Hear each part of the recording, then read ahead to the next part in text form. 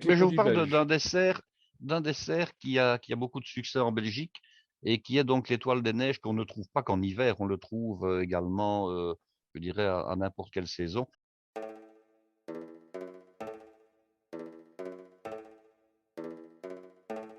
Pour faire de bons gâteaux, il faut beaucoup d'ingrédients, du chocolat et de l'eau.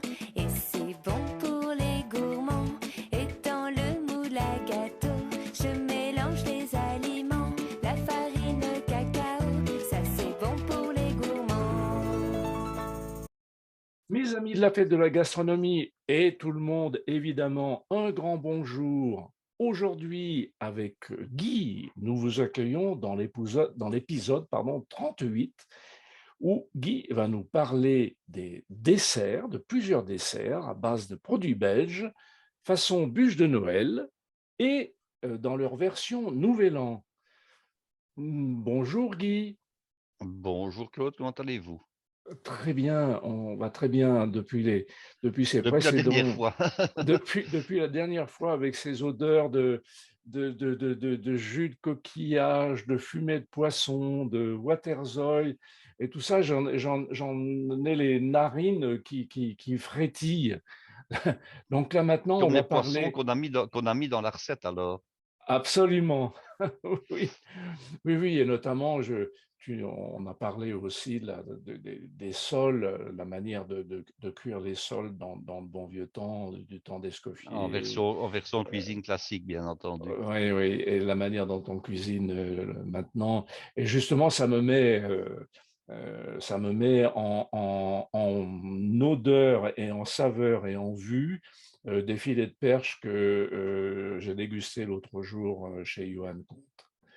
Ah, ça, Et il c'est va de ce soi qu'on. que ce dont j'ai parlé donc lors du dernier épisode, sur la manière de cuire le poisson, on peut très bien utiliser des filets de poisson de lac ou de rivière. On n'est pas obligé de Oui, prendre uniquement du poisson entier, de poisson de mer. Vous pouvez très oui, oui. bien prendre des filets de poisson donc de lac ou de rivière, les faire lever, les désarrêter, les reployer sur eux-mêmes et les Oui, mettre dans votre lèche frite beurrée avec votre garniture donc de champignons, d'échalotes, de tomates, etc.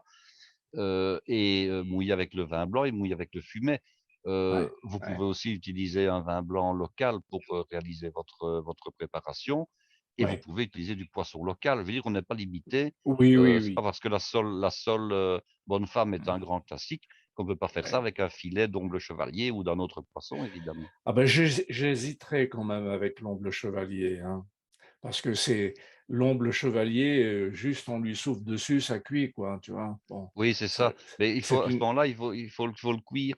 Il faut le cuire vraiment, vraiment très, très léger. Peut-être même le Ah cuire à ouais. part, de pas faire la Ah sauce à oui. part Ah oui, oui, oui, et oui, oui, oui. réaliser le Ouais, oui, parce qu'on ouais, peut oui. toujours ces sauces-là, on peut très bien les faire séparément de la cuisson du poisson, hein. Ah C'est pas oui, un oui, oui. problème, hein. Si on prend le Ouais, cas ouais.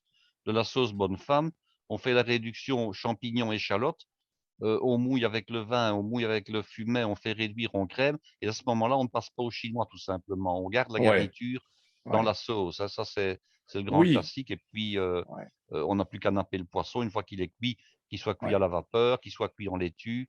Si le poisson est fort fragile, moi je vous conseille ceci. On fait un petit peu une digression par rapport au dessert dont on va parler, mais une recette qui marche très, très bien quand on a vraiment des filets de poisson très, très fragiles, on Ouais. les replie sur eux-mêmes, hein, en 2 ou en 3. Oui. Et dans une Ouais. couscoussière, on fait cuire des feuilles de salade, des feuilles de laitue, hein, Ah oui. pour les flétrir. On ne les cuit pas à fond, attention, hein, Oui, on ne oui, fait que oui, les oui. flétrir, hein. Donc Ouais, on a ouais. enlevé, je veux dire la partie inférieure de la feuille, la partie où il y a la côte, hein, et Oui, puis on oui, emballe le poisson dans la feuille oui, de laitue et on oui, fait oui. comme ça, chaque petit filet est emballé dans la feuille de laitue et alors Ouais. au dernier moment, au moment de la cuisson, on les remet sur le plateau de la couscoussière, donc dans le panier, hein, et Ouais. on met ça sur la couscoussière et on fait cuire pendant, allez 2-3 minutes, pas plus. Non, et Oui, encore, oui, ça peut être oui, même beaucoup, hein, et à oui, ce oui. moment-là, vous avez vos poissons qui sont emballés dans la feuille de laitue, qui sont beaucoup plus faciles à manipuler et qui ont beaucoup moins de chances d'être surcuits. Et absolument. Et même puis s'ils l'étaient un petit peu, ils ne vont pas se défaire, en fait. c'est ça, ils sont protégés Ils sont protégés, voilà. ils sont, l'intégrité de la pièce est conservée. Et Ouais, ouais, protégés, tout à fait. tout à Ça, fait, tout à c'est fait. une astuce, ça. C'est une astuce pour les Oui, poissons très oui, fragiles. oui, oui, absolument. Allez, Guy, tu nous parles de desserts avec les Mais je vous produits parle belges. d'un dessert qui a beaucoup de succès en Belgique et qui est donc l'étoile des neiges qu'on ne trouve pas qu'en hiver, on le trouve également, je dirais, à n'importe quelle saison. Alors, je vous explique un petit peu en quoi consiste ce gâteau et puis je vous donnerai Oui, des variantes. En fait, on a d'accord. d'abord au départ affaire à une génoise ou un biscuit de Savoie ou un biscuit duchesse, hein. Bon, il y a des différences entre les trois, c'est pas un problème, mais c'est toujours ce genre de biscuit extrêmement léger réalisé avec des œufs, un féculent, du sucre et qui est cuit au four dans un moule. Alors, l'avantage pour la recette d'aujourd'hui, c'est que vous allez pouvoir le cuire aussi bien sous forme d'un moule de gâteau rond, qui sera plutôt adapté au Nouvel An, Oui, c'est là le gâteau d'origine, ou bien un gâteau en forme de bûche, donc de bûche de oui, Noël qu'on cuira dans un moule gouttière. oui, Donc, que oui, vous l'ayez pour le Nouvel An ou bien pour la Noël, il y a pas de problème, le gâteau va convenir dans un cas comme dans l'autre. Alors à l'intérieur, oui, classiquement, on utilise une crème, heu, qui contient de l'advocat. Alors, il y a plusieurs possibilités. Alors l'advocat, d'abord, qu'est-ce que c'est? Au départ, c'est une liqueur, qui vient des Pays-Bas. Alors son origine est la suivante, c'est que vous le savez, les Hollandais ont eu des comptoirs un petit peu partout. Ils en ont eu en Indonésie, ils en ont eu oui, dans les Amériques, dans les Antilles, et oui, ils avaient ramené un fruit légume que nous connaissons qui s'appelle l'avocat, hein. oui, Alors, l'avocat leur servait à faire de la liqueur parce que les Hollandais étaient passés maîtres dans la distillation d'alcool. Ils réalisaient toute une série de liqueurs. D'ailleurs, une grande maison hollandaise est toujours la maison Bols. Je ne sais pas si vous connaissez les liqueurs de chez Bols. non, je ne C'est une connais. maison qui est basée à Amsterdam. Vous avez toute une série de liqueurs, de la liqueur de fraises, de framboises, de Ah oui, mûres, de cassis, de toutes sortes de plantes. Vous avez le parfait amour, hein, c'est une liqueur d'accord, à base d'épices de couleur violette. Ils ont même d'accord. élaboré une liqueur à base de concombre qui n'est pas mauvaise du tout pour faire des cocktails, Ah, voilà. Ça, c'est la ah, maison ça doit Bols. être rigolo, ça, oui. Ah, mais j'en ai tout un stock à la maison. J'ai raflé un stock qui était en liquidation, donc et je trouve Ah ça oui, génial. Enfin, il faut aimer, hein. oui. Heu, J'utilise cette liqueur-là avec, du tonic et un tout petit trait de gin, c'est génial. Pour Ah l'été, oui, ça moi j'adore ça. Bon, d'accord. donc la maison Bols c'est connu par exemple pour, sa liqueur d'abricot, Ouais, hein. C'est vraiment le la liqueur emblématique de chez Bols. Alors donc, ils réalisaient à l'origine une liqueur avec de l'avocat pardon, qu'ils appelaient Advocat. Et oui, puis, quand ils sont rentrés au pays, ils se sont rendus compte, que de l'avocat, il y en avait pas aux Pays-Bas. Ils avaient des problèmes pour s'en procurer. Donc ils ont ouais, remplacé l'avocat par quoi? Par du jaune d'œuf et ils ont trouvé qu'ils avaient une liqueur qui avait à peu près la même consistance. Peut-être pas exactement le même goût, mais la même consistance. Alors vous trouverez sur internet toute une recette d'avocat qu'on appelle donc advocate dans la langue d'origine, fait maison. Alors, comment fait-on de la liqueur à base de jaune d'œuf? On prend des jaunes d'œufs, on prend du sucre, on prend de l'alcool, ça peut être soit du cognac, soit de l'alcool blanc et du mhm, lait concentré. Alors bon, il faut regarder les proportions, hein, on mélange tout ça, on passe au chinois et puis après on laisse vieillir en bouteille et puis on déguste ça à la petite cuillère. Il y a 2 grandes variétés de liqueurs d'advocate. Il y a de l'advocate qui est sirupeux et il y a l'advocate qui est plutôt liquide. Alors, mhm. celui qui est plutôt liquide, on va pouvoir le verser facilement dans des petits verres, tandis que celui qui est plus épais, il ressemble en fait, à s'y méprendre, à un sabayon, hein, parce que c'est un petit Ah peu logique, oui, c'est de l'alcool et et c'est du de sucre et c'est des l'œuf, jaunes d'œufs. et Donc, oui, il va ressembler un peu à un sabayon. Alors, il est dans des bouteilles avec un très gros goulot pour pouvoir couler le plus facilement ouais, possible. Et on s'en oui, sert dans des préparations culinaires, soit avec des crèmes glacées, soit sur des crèmes glacées, soit comme complément dans des gâteaux, soit pour aromatiser des crèmes, crème pâtissière, crème chantilly, crème au beurre. Et c'est là-dessus que d'accord, nous allons partir.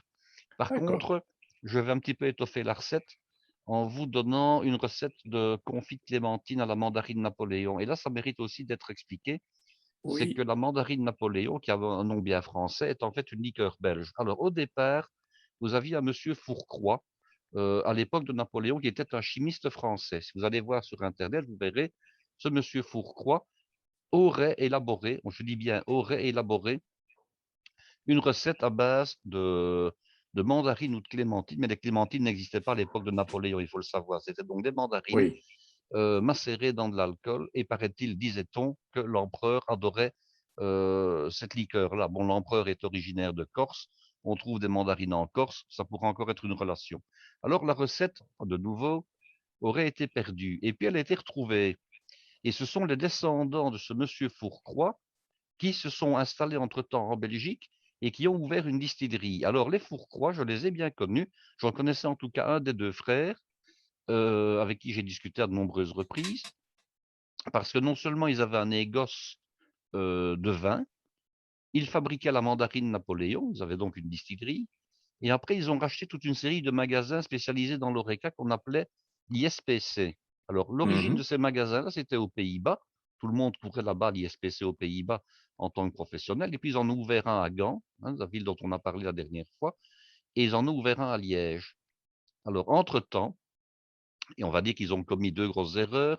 Ils ont eu une erreur, comment dirais-je, où le fisc s'est mêlé de la chose. Mais là, je ne Ouais. vais pas vous donner des détails comme ça ici sur Internet. Oui, Donc, ils ont oui. eu quand même quelques petits soucis. Et puis, un des deux frères a décidé d'installer, un peu façon bénédictine à Fécamp, la distillerie dans le nord de la France, en y créant salle de réception, banquet, musée, etc. Et ça, pour en discuter avec son autre frère, on a trouvé de commun accord que c'était une erreur. Et je vous explique pourquoi. En faisant cela, ils avaient espéré attirer dans le nord de la France aussi bien des visiteurs venant de Belgique que des visiteurs français.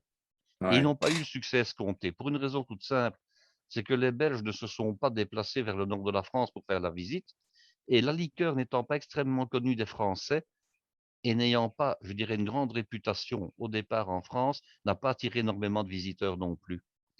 Donc, le Mhm. coup de poker aurait été, moi je vais vous dire, parce que j'en ai discuté avec un des deux frères, mais celui qui n'avait pas fait ça, c'était d'installer ça dans une ferme du côté du Brabant wallon, à proximité de Waterloo.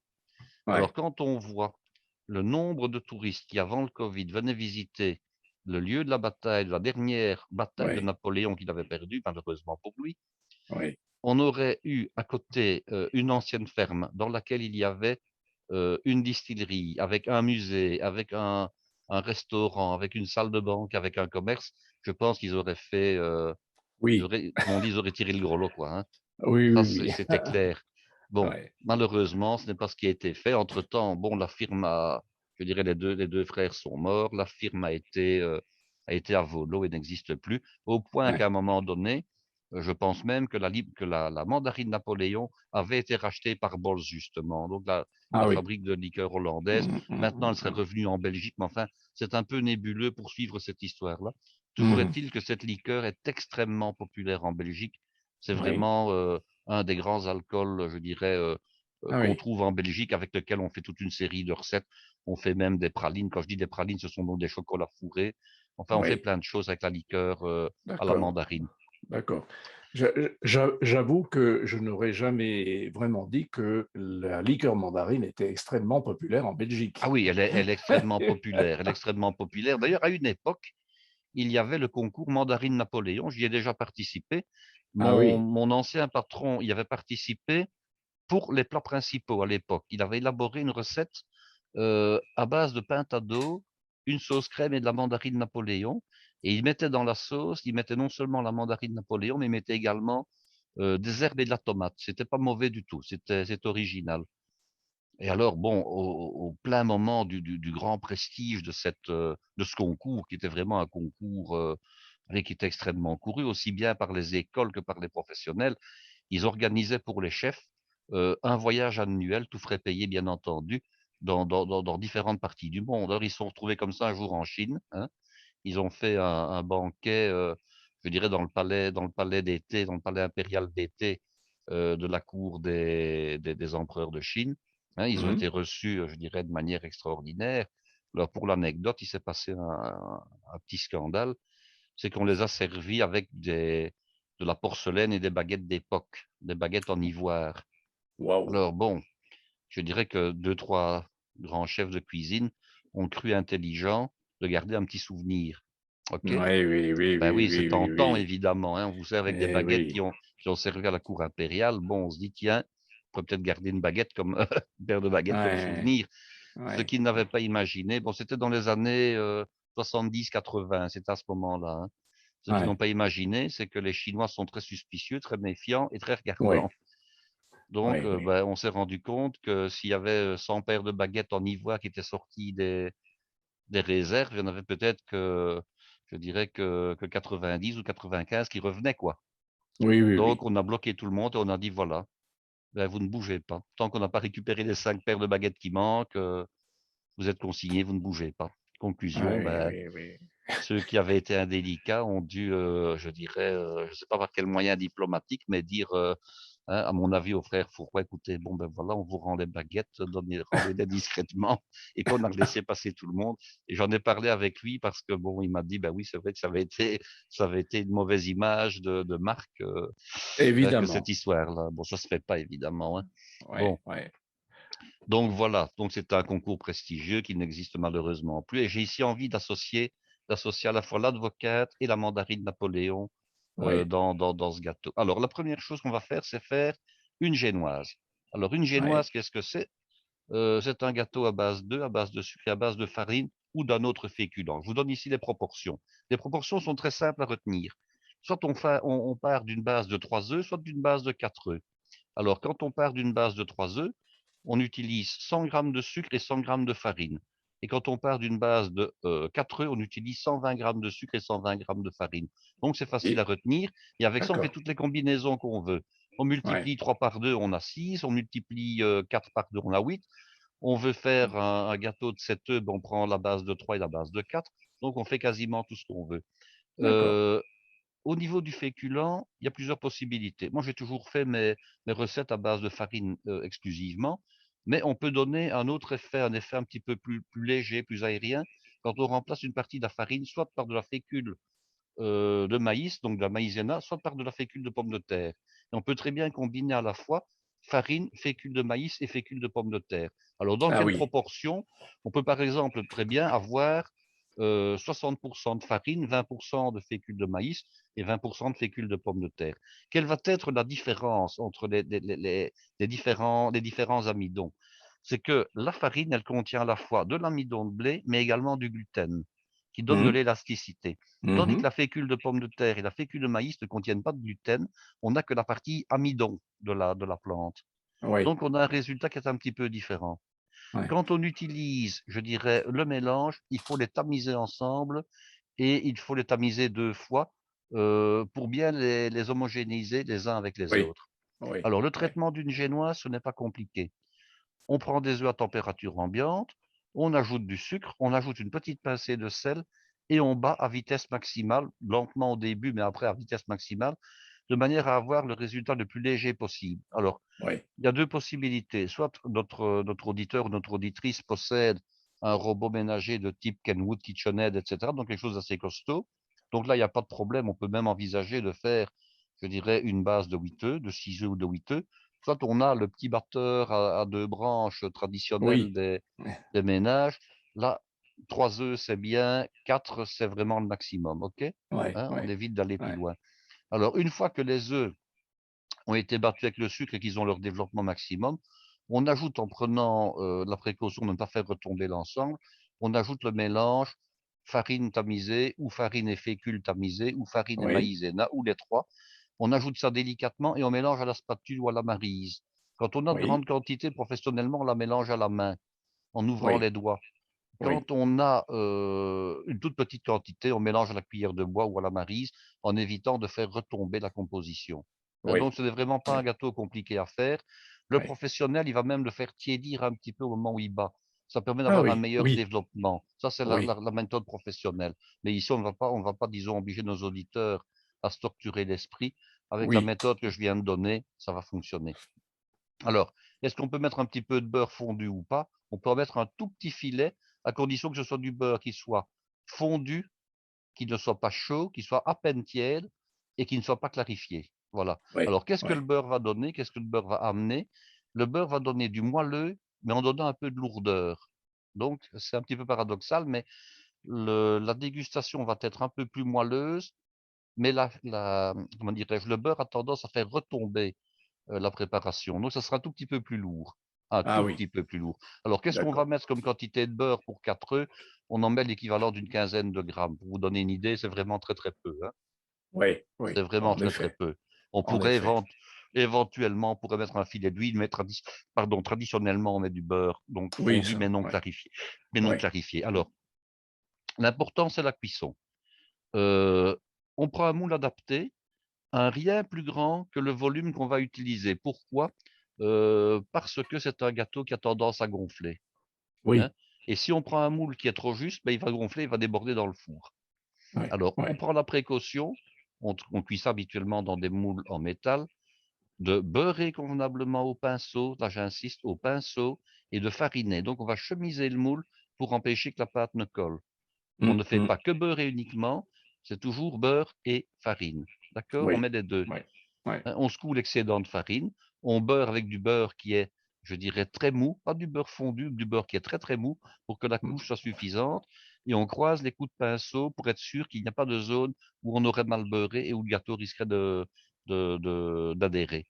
Mmh Alors, mh. cuisson, un four à 180 degrés, hein, et on laisse cuire approximativement 25 minutes, c'est généralement la durée de cuisson. Pour Oui. vérifier la cuisson, qu'est-ce qu'on fait? On prend une aiguille à tricoter ou un couteau à lame extrêmement fine, genre filet de sol. On pique à cœur. Le couteau doit ressortir. Alors on dit souvent, il doit ressortir sec. Non, il ne doit pas ressortir sec. Ça, c'est une erreur. Il peut y avoir un voile de vapeur sur la lame. Ce qu'il y a, c'est qu'il n'y a plus de matière qui doit adhérer au couteau. Si c'est simplement un peu d'humidité, c'est pas grave, le gâteau est cuit. Avec un petit peu d'expérience, on se rend compte quand le gâteau est cuit, on ne doit même pas le vérifier, hein. Oui, oui, Mais, oui. mais par Mmh. contre, il peut y avoir un tout petit peu de vapeur sur le gâteau, vapeur qui s'échappe, qui s'évapore instantanément. La petite humidité va s'évaporer tout de suite. Si par contre vous avez encore de l'œuf qui revient sur la pointe du couteau ou sur l'aiguille, là ce n'est pas suffisamment cuit. Oui, On évite oui, également pendant la cuisson, c'est d'aller jeter des coups d'œil et d'ouvrir la porte, hein. oui, On regarde par le carreau, mais on évite de d'ouvrir la porte, oui, sinon ça risque de retomber. Alors, ouais. un autre petit truc, quand on réalise le gâteau, comment dirais-je, moi, quand on réalise un gâteau rond, on peut ramener éventuellement avec une corde la matière un peu sur les bords du gâteau. On peut un peu le surcreuser. Ça permet d'avoir un gâteau qui soit horizontal, qui ne soit pas trop bombé. Ça, c'est un petit truc de pâtissier également. Mmh mh. Alors, le gâteau peut très bien se réaliser la veille. Il peut également se réaliser et être mis à congeler. Vous le retournez, vous le laissez refroidir sur grille. Si vous ne voulez pas qu'il perde trop d'humidité, vous pouvez le couvrir avec un essuie, hein, sans le Ouais, serrer, vous couvrez avec un essuie. Ça empêchera le gâteau, je dirais, de perdre trop d'humidité. ouais. Alors, maintenant, on va parler de la crème. Plusieurs possibilités. Soit une crème pâtissière, soit une crème chantilly que vous allez aromatiser avec de l'advocate. Moi, je vais vous donner une recette qui est encore meilleure. Je vais vous donner la recette de la crème mousseline. Alors, une crème mousseline, qu'est-ce que c'est? Traditionnellement, c'est une crème pâtissière qui est très beurrée. Moi, je fais encore autrement. Je fais une crème au beurre que j'allège avec de la crème pâtissière. Oui. Oui, c'est encore différent. Et pour moi, le Ah. résultat est infiniment plus suave, est infiniment meilleur. Je vais donc vous donner maintenant une recette de crème au beurre au sucre cuit. Oui, parce Alors, que du coup, qu'est-ce c'est 2 crèmes en même temps, la crème au beurre et la plus, crème pâtissière? et la crème pâtissière. Ah Alors, oui. je vais vous donner le détail. Quand on réalise une crème au beurre, on ne réalise pas une crème au beurre, je dirais, pour uniquement la quantité qu'on doit faire. On en réalise une en mise en place et on l'utilise au fur et à mesure. Et ce qu'on a de trop, on la met au congélateur. Alors, je vais Oui, vous donner les proportions pour 5 œufs, tout en vous disant la chose suivante. C'est que si vous avez un batteur de type Kenwood KitchenAid, vous faites avec 5 œufs. Si vous n'avez qu'un petit batteur à 2 branches, vous changez les proportions et vous ne le faites qu'avec 3 œufs. oui, Sinon, oui. vous allez brûler votre moteur. Ça va? Ouais, ouais, Donc, oui. vous avez bien compris. Alors, pour 5 œufs, vous avez besoin de 500 grammes de sucre et de 750 grammes de matière grasse. Attention, matière grasse, ça veut dire quoi? Ça veut dire soit 750 grammes de beurre, soit 750 grammes de margarine, mais je préconise, je sais que c'est un petit peu anti-gastronomique, mais les meilleurs résultats, on les obtient en mettant 500 grammes de beurre et 250 grammes de margarine. Ah Margarine oui, d'origine végétale. On a une crème au beurre qui est beaucoup plus légère, qui est encore plus suave que quand on met du beurre. Quand on met du beurre, on pourrait avoir tendance à avoir une crème au beurre qui est un petit peu lourde. oui. Donc, le fait de mettre 250 grammes de margarine végétale va donner un plus. Alors, je pourrais vous D'accord. citer une marque de margarine que je préconise, et je ne suis pas certain que vous la trouverez en France, c'est la margarine Planta. C'est celle qui Ah, donne pour moi le meilleur résultat. ça, oui, oui, Plantain, je connais. Oui, Si, ça, on doit trouver ça. on doit trouver. Donc, Oui, oui, 500 oui. grammes de beurre, vous prenez un très bon beurre par contre, hein. Oui, Vous prenez pas le beurre, disons, produit blanc, vous prenez vraiment le beurre, un be- un bon beurre, je dirais, même un beurre industriel, c'est pas un problème, hein, mais oui, un un bon beurre beurre, disons, gastronomique, quoi. oui, pas forcément du Ouais. beurre déchiré, hein, mais bon, un bon beurre de toute Oui, façon, non oui, salé. Alors, oui, comment réalise-t-on une crème au beurre au sucre cuit?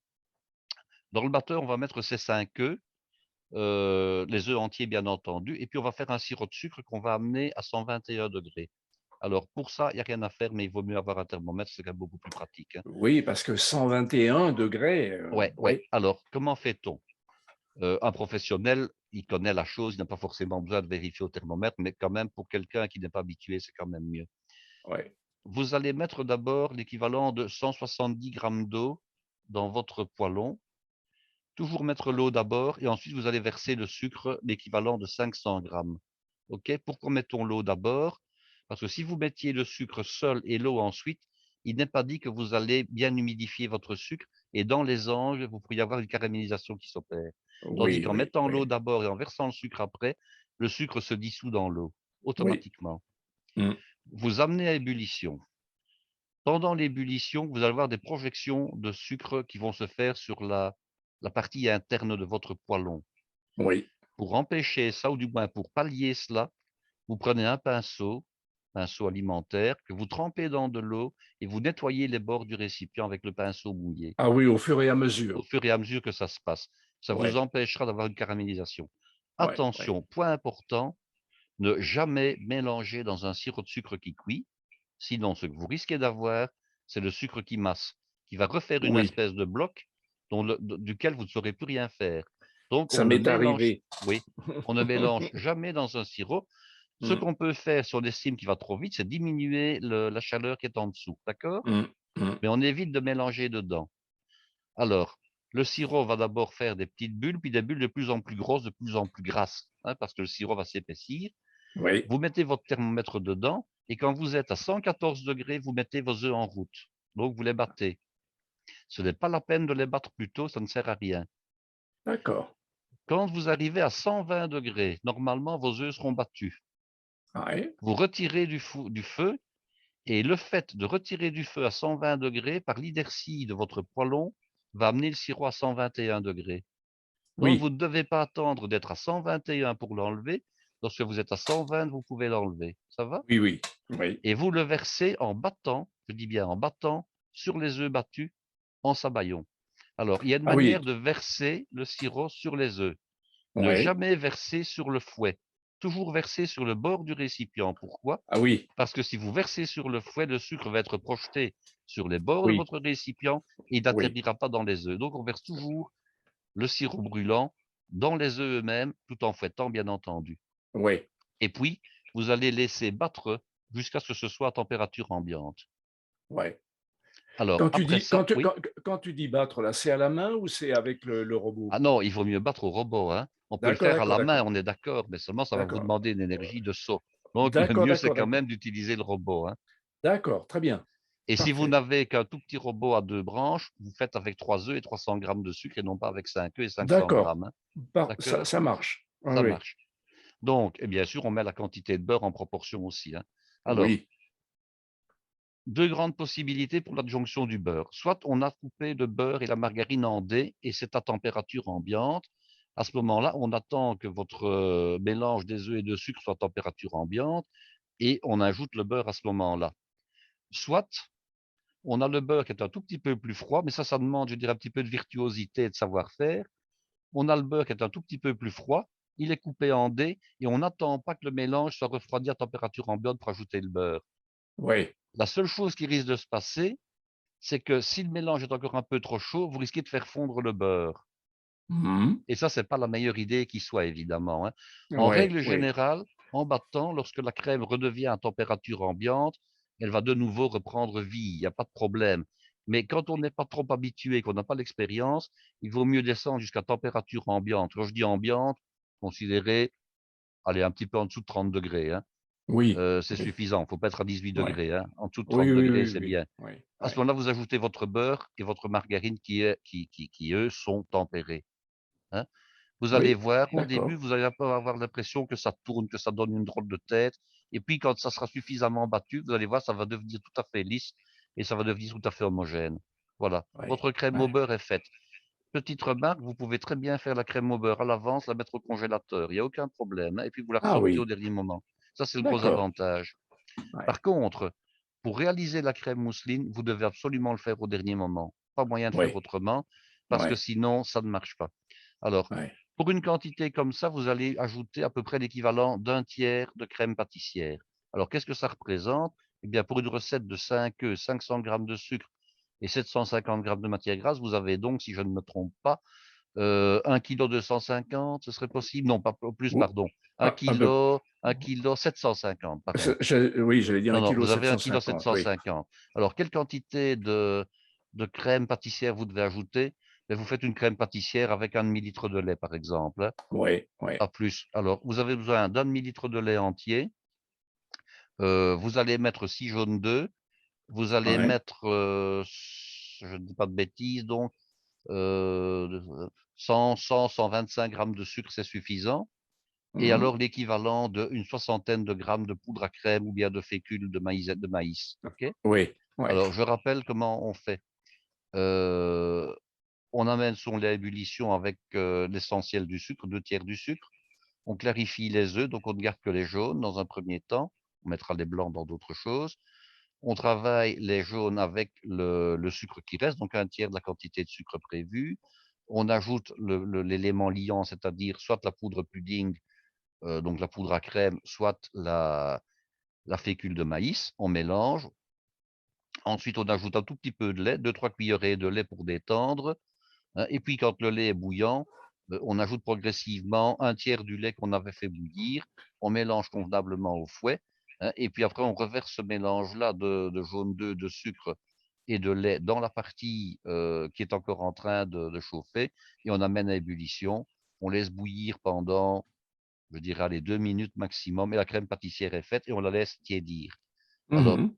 petite remarque, pour incorporer les deux, il faut que les deux soient à peu près à la même température, c'est-à-dire Oui, température ambiante, hein. oui, C'est oui. compréhensible. Imaginons, Ouais. vous avez votre crème au beurre qui est en température ambiante. Vous avez votre crème pâtissière que vous auriez malencontreusement mis au réfrigérateur et qui sera à 5-6 degrés. Vous allez ajouter de la crème pâtissière qui est glacée dans une crème au beurre, vous la faites tourner. Pourquoi? Parce que le beurre va se figer. OK? Absolument. Donc, il faut que ce soit à température équivalente et à Mhm. température ambiante. Oui. Alors, vous ajoutez progressivement votre crème pâtissière dans la crème au beurre que vous êtes en train de battre. Et alors, vous allez vous rendre compte que la crème au beurre va devenir beaucoup plus légère, elle va monter, hein, elle va souffler. Est-ce qu'il faut ajouter toute la crème pâtissière? Moi, je mettrai à peu près cette quantité-là. Mais de nouveau, c'est un peu à l'œil que je m'en rends compte, hein.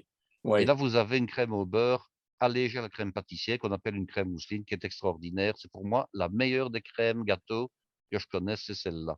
Donc moi, je fais Oui, ma oui, crème oui. mousseline de manière tout à fait différente de celle des autres pâtissiers ou des autres chefs. Je fais une D'accord. crème au beurre que j'allège à la crème pâtissière et non pas une crème pâtissière que j'enrichis en beurre. Voilà. Ça, c'est Bon, pour c'est la petite osé, hein. Moi, je n'aurais, ça, c'est, ça, jamais je c'est, n'aurais fait ça, hein. ça, c'est, comment dirais-je, c'est ma manière de procéder. Ben, vous savez, je suis curieux, donc j'essaye, hein. Et je me suis Oui, oui, rendu non, mais compte que très ça bien. donnait un résultat extraordinaire. Oui, oui, oui, oui, oui. Mais tu es un professionnel, donc tu as quand même des idées un peu là-dessus. Tu vois comment les choses peuvent se passer, mais quelqu'un qui n'est pas forcément. Mais je viens de l'expliquer, ce n'est pas, comment dirais-je, ce n'est pas une grande prise de risque, hein.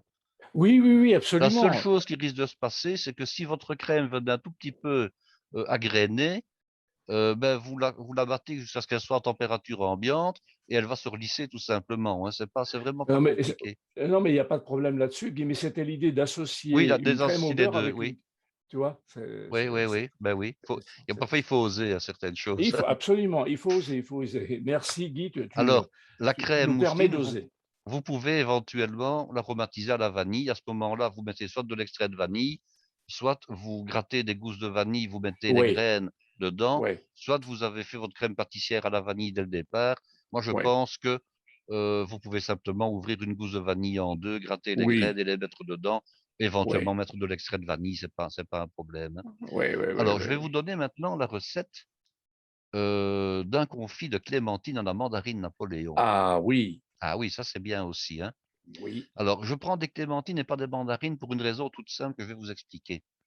C'est qu'ici, vous allez devoir prélever un petit peu de zeste et c'est beaucoup plus facile à faire sur des clémentines que sur des mandarines. Les oui, mandarines ont une peau très épaisse, mais par contre, une peau qui se pèle difficilement, une peau qui est plus oui, fragile finalement.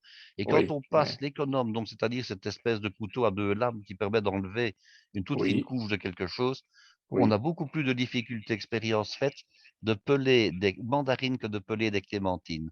oui, Alors, je vais oui, vous donner la recette pour à peu près 500 grammes. Vous achetez l'équivalent de 600-650 grammes de clémentine, puisqu'il nous faudra 500 grammes de chair nette, évidemment, hein. Vous allez oui, prendre votre économe. Alors, si on veut, parce qu'on ne trouve pas ça facilement, des clémentines, je dirais bio, hein, on va oui, assainir d'abord les clémentines. Alors, il y a un truc très simple. Vous prenez de l'eau tiède, de l'eau chaude, à la limite, l'équivalent d'un demi-litre, trois quarts de litre, même un litre, et vous ajoutez une cuillère à potage de bicarbonate de soude. Et vous oui, faites oui, dissoudre le bicarbonate de soude dans l'eau chaude.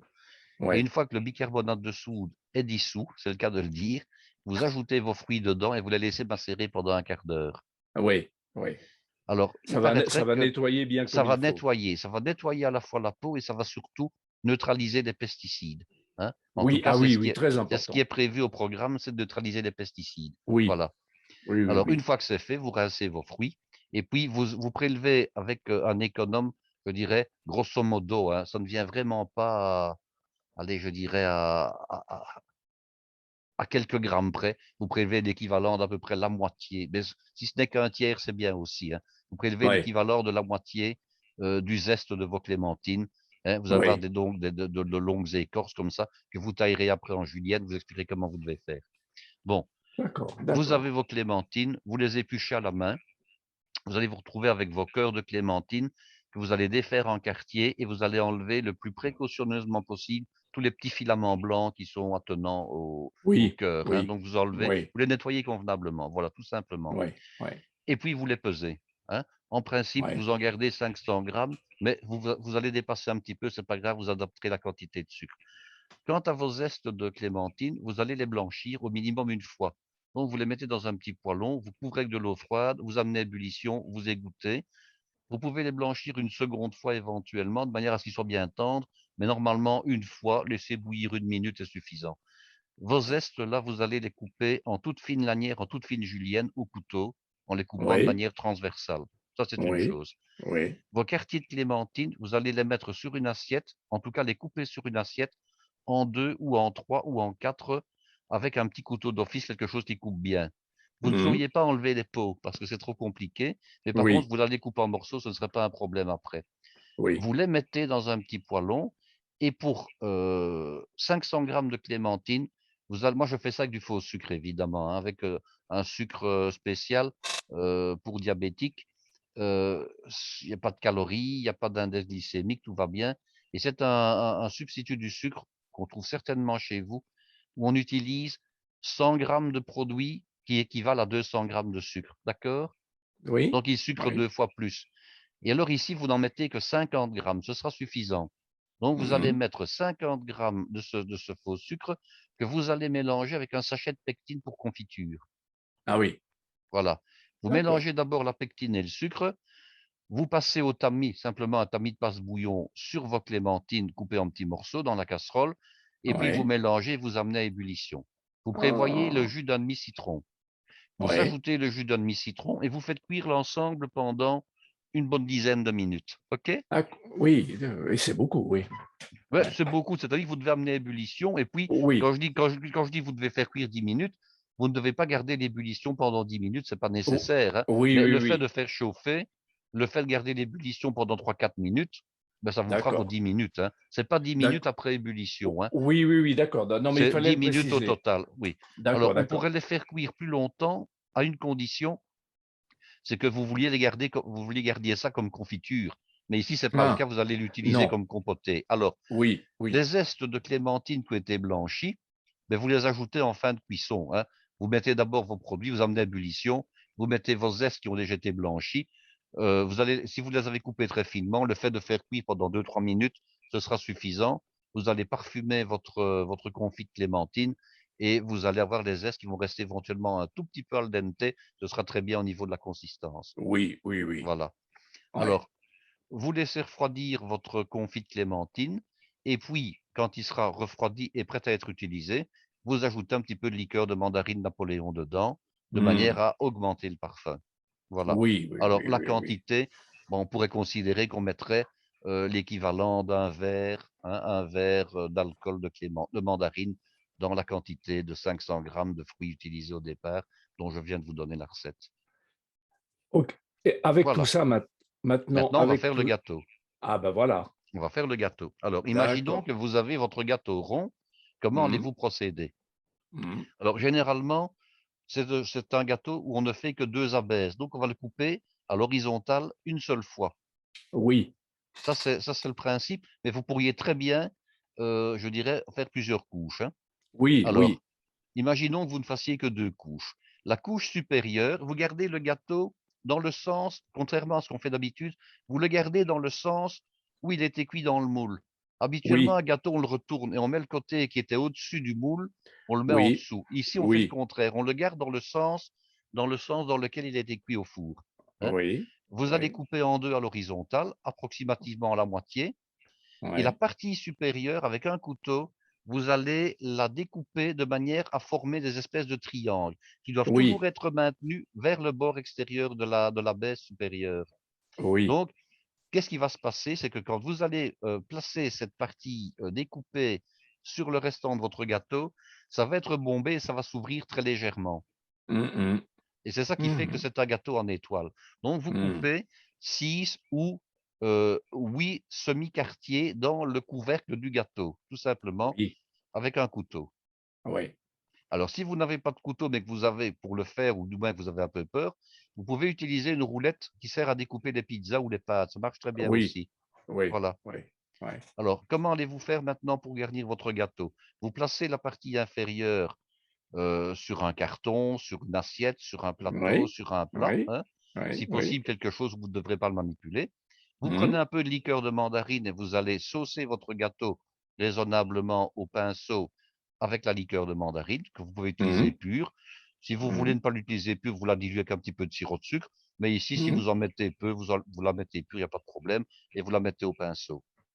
Alors, vous allez prendre votre confit de clémentine et vous Oui, allez, avec une cuillère ou éventuellement la poche à douille, la placer au centre de votre abaisse, à peu près, je dirais, en laissant un tiers de l'abaisse non garnie. Donc, vous allez ne la mettre qu'au centre, d'accord? oui, oui, oui, Vous allez mettre votre crème mousseline dans une poche à douille. La crème mousseline, vous pouvez soit la laisser vanille, soit l'aromatiser à la mandarine également, c'est pas un problème. oui, oui, Et oui, puis, avec une poche à douille garnie avec une douille ronde unie, vous allez, en oui, commençant par le centre, faire une espèce de serpentin qui partira du oui. centre et qui va Mhm, aller vers l'extérieur. D'accord? mhm, mhm.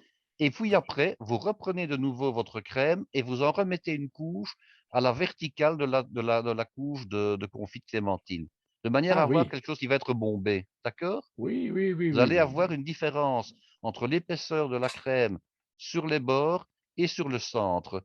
Et c'est Mhm. ça, le fait qu'il y ait une surélévation au centre de votre gâteau, qui va faire que lorsque vous allez poser la deuxième abaisse de pâte, ça va s'ouvrir en forme d'étoile.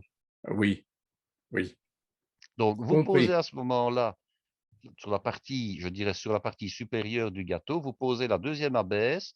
Comme vous l'avez prédécoupé, je dirais, en forme d'étoile, simplement, vous ne devez rien enlever comme pâte, hein, vous ne faites qu'entailler, hein. Oui, oui, Eh oui, oui, bien, le oui, fait de le poser va faire que ça va s'ouvrir et ça va former une absolument. étoile. Voilà. Oui, oui, d'accord, Alors, dernière d'accord. chose à faire, vous pouvez le faire ça à ce moment-là, au moment du service, ce sera plus joli. C'est saupoudrer, vous prenez une cuillère, vous prenez un pasté ou une petite passoire, du sucre glace, du sucre S0, donc, hein, et puis vous saupoudrez de blanc sur votre gâteau, de Mhm, manière mhm. à donner l'impression d'une étoile blanche, comme ça, euh, je dirais une étoile de Noël ou une étoile de Nouvel Oui, An. oui, oui, oui, oui, oui, oui. Eh ben, ça m'a l'air très appétissant, Alors, cette quelque chose d'important, ça c'est important, c'est un gâteau qui doit se déguster à température ambiante. ah Parce que oui, la crème mousseline, si vous la mettez au réfrigérateur, donc en fait, vous devez l'enlever du réfrigérateur suffisamment tôt. Ou bien vous faites oui, le garnissage au dernier moment, hein. À ce moment-là, il n'y a pas de problème, ce sera à température ambiante. Ou bien vous devez absolument, parce que c'est suave, c'est extraordinaire, quand c'est à température ambiante, mais si ouais, la ouais. crème est trop froide, la crème au beurre aura refigé et ce sera Oui, nettement moins bon. oui, c'est pas agréable du tout, oui, Ce ne sera pas oui, agréable du tout. Alors, il y a ouais, des ouais, gâteaux crème au beurre qui peuvent se manger avec la crème qui est figée. Mais ce gâteau-ci, si vous le mangez avec ouais. la crème figée, pardon, ce ne sera pas bon. Ce sera Mmh nettement moins agréable. Donc, Ouais, ça ouais. doit vraiment se manger à température ambiante. Bon, très bien, voilà un beau dessert de Noël ou de Nouvel An, En là, nouvel an. Alors bon, ça que c'est vous le plutôt Nouvel réalisiez An. sous forme de bûche, c'est le même principe. La Oui, seule c'est pareil. différence, c'est que si c'est sous forme de bûche, à ce moment-là, vous ne saurez pas faire une étoile. Et là, vous ne faites plus des couches d'épaisseur différentes au centre, ça n'a pas de sens. Ben Vous non, faites en fait, surtout simplement, q vous faites simplement des couches qui sont les mêmes partout. Vous tapissez voilà, la première couche avec du confit de clémentine. Là, je ouais, dirais même que dans le cas d'une bûche de Noël, vous faites 3 abaisses plutôt que 2, hein. Vous faites une première ouais, couche confit de clémentine, puis la crème mousseline. Vous mettez la ouais, deuxième abaisse, vous saucez de nouveau avec un petit peu d'alcool de mandarine, vous remettez une couche de confit de clémentine et puis une couche de crème mousseline, et puis vous mettez la dernière. Alors, ce qu'on peut faire également, c'est éventuellement masquer l'extérieur du gâteau de la bûche à ce moment-là avec un peu de crème mousseline, et oui, vous c'est ce ajoutez que je oui, voilà, et vous ajoutez le sucre glace au-dessus au dernier moment. oui, c'était la question, c'est qu'on recouvre le tout Oui, de dans le sauce cas d'une mousseline, bûche, ouais, vous pouvez ouais, ouais, recouvrir avec ouais. de la Mmh, crème mousseline, bien entendu. d'accord. Ah, très bien, très bien, très bien. Hé, hé. Et ben voilà, il y a plus qu'à faire, comme on dit, Il y hein. a plus il y a plus qu'à faire. Merci beaucoup Guy, merci beaucoup pour ce beau dessert. Donc une prochaine fois, nous parlerons, du fromage. Nous parlerons du fromage qui sera, disons, qui sera fait de manière un tout petit peu particulière. Ce sera en fait un cappuccino à base de fromage. Voilà, mais on n'en dit pas plus, hein, Guy, On mais n'en je dit vous pas pro plus, on n'en dit pas voilà, on plus. n'en dit pas plus, mais Mais on en avait heu, déjà parlé lors d'un épisode sur les fromages, hein. un On petit en avait parlé un peu. petit peu, voilà. Oui, oui, mais alors, chers amis auditrices et éditeurs, ça va être une belle pas un beau moment culinaire, ce fromage, extraordinaire, revisité. Espérons que ça plaise, hein. Ah bah, oui, ça alors je suis pas sûr que ça plaise à tout le monde évidemment, hein, mais je pense que les esprits curieux vont y trouver leur compte et finalement les esprits curieux vont en parler et les gens qui ne seraient pas forcément venus sur ce type de fromage, peut-être y viendront. Enfin, Le problème va être de se procurer le fromage, évidemment. Mais je ouais, donnerai une astuce pour le remplacer, allez. d'accord, Je d'accord serai bon Guy. prince, je serai bon prince. Oh, c'est gentil. Merci Guy. Eh bien écoute Guy, merci beaucoup pour tout cela, et à très bientôt. Et à très bientôt, au plaisir. Merci Guy, au revoir. Au revoir.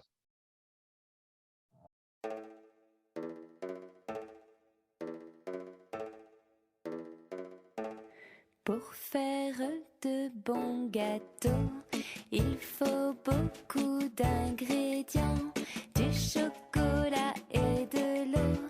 Et c'est bon pour les gourmands. Et dans le moule à gâteau, je mélange les aliments, la farine, le cacao, ça c'est bon pour les gourmands. Et je touille, et je touille, et je touille, je remue, je remue, je remue. Et ça cuit, et ça cuit, et ça cuit, et le voilà. C'est le gâteau au chocolat.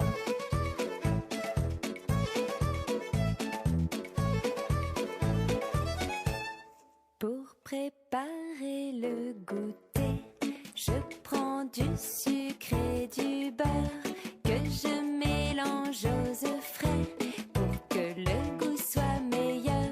Pour vraiment se régaler, il faut battre les œufs au fouet et bien les faire remonter, que c'est bien de cuisiner. Et je touille, et je touille, et je touille, je remue, je remue, je remue. Et ça cuit, et ça cuit, et ça cuit, voilà la star. C'est bien lui, c'est le 4 quarts.